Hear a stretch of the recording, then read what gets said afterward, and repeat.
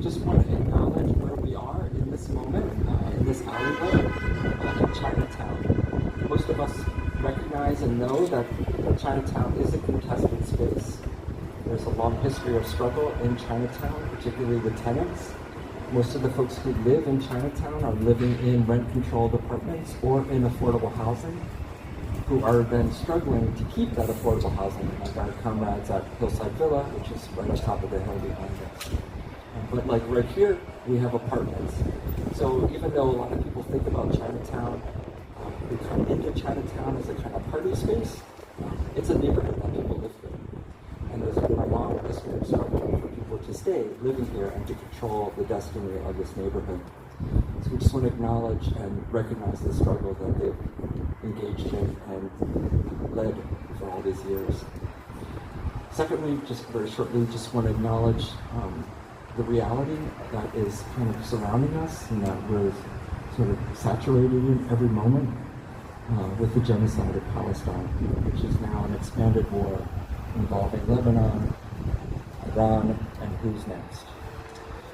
Just to acknowledge that, it is acknowledged in the book, thinking about how the struggle to stay, the struggle to defend communities, in a way we're all engaged in those struggles.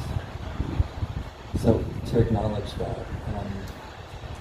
So the journal itself, it comes out of this group that you've heard mention of, Ultra Red, which is also the name of the journal. So Ultra Red was a collective, or is a collective, of folks that was started in actually 30 years ago this year, so in 1994. Initially it was Marco Larson and myself. We did not know what we were doing, like a lot of collectives, but we just knew that we were trying to figure out some relationship between art and the activism that we were involved in. At that time, 30 years ago, that activism was very much embedded in ACT-UP, the AIDS Coalition to Unleash Power. It was a nonpartisan group of diverse individuals united in anger to end the AIDS crisis through direct action. We were also involved in the establishment of Needle Exchange in Los Angeles. We had our first exchange in June of 1992. And so we were 2 years into basically risking arrest by being out on the streets and handing out syringes and collecting used syringes for people who inject drugs. That organization still exists, by the way. It now has a different name. It's called Community Health Project. But we were just trying to figure out this relationship between being on the street, doing needle exchange, and sort of